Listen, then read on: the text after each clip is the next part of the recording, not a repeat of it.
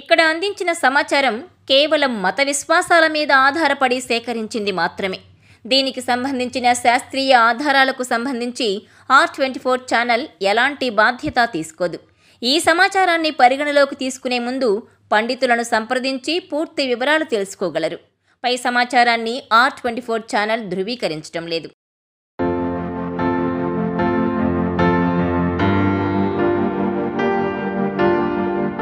మీ ఇంటి ఆవరణలో ఈ మొక్కలున్నాయా?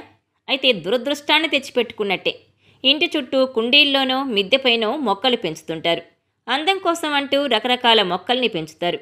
అయితే వాస్తుశాస్త్రం ప్రకారం ఈ మొక్కలు మాత్రం ఇంటి ఆవరణలో ఉంచొద్దంటున్నారు నిపుణులు. ఇంతకీ ఆ మొక్కలేంటో తెలుసా? Watch this R24 special.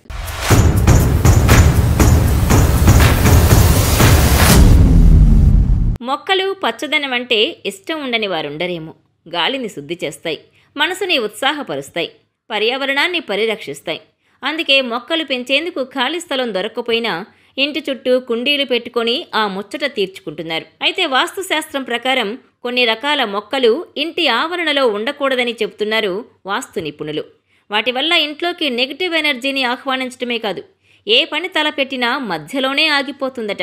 అందుకే మీరు ఇష్టంగా పెంచుకునే మొక్కలైనప్పటికీ కొన్నింటిని ఇంటి ఆవరణలో ఉంచకపోవడమే మంచిదంటున్నారు. ఫెంగ్ షుయ్ ప్రకారం ఇంట్లో అస్సలు పెంచకూడని మొక్కలేంటో చూద్దాం. క్యాక్టస్ మొక్కలుగా పిలిచే ఎడారి మొక్కలు ముళ్లతో ఉంటాయి. ఇవి నాగజముడు, బ్రహ్మజముడు జాతికి చెందినవి. సహజంగా గుచ్చుకుంటూ ఉంటాయి. అందుకే ఇవి ఇళ్ల దగ్గర ఉండకూడదు అంటారు.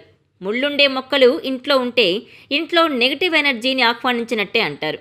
అందుకే ఇంటి బయట తోటలో పెట్టొచ్చు, కానీ ఇంట్లో కుండీల్లో పెట్టరాదని చెబుతారు. వాస్తవానికి ముళ్ళుండే గులాబీ మొక్క కూడా ఈ కోవకు చెందిందే అంటారు వాస్తు నిపుణులు.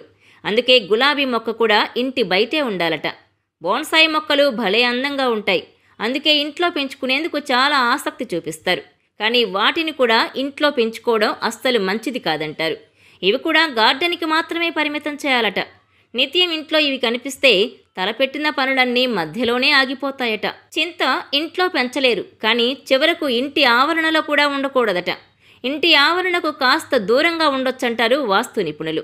చింత చెట్టు ఇంటి ఆవరణలో, గార్డెన్లో ఉంటే దరిద్రం వెంటాడుతుందట.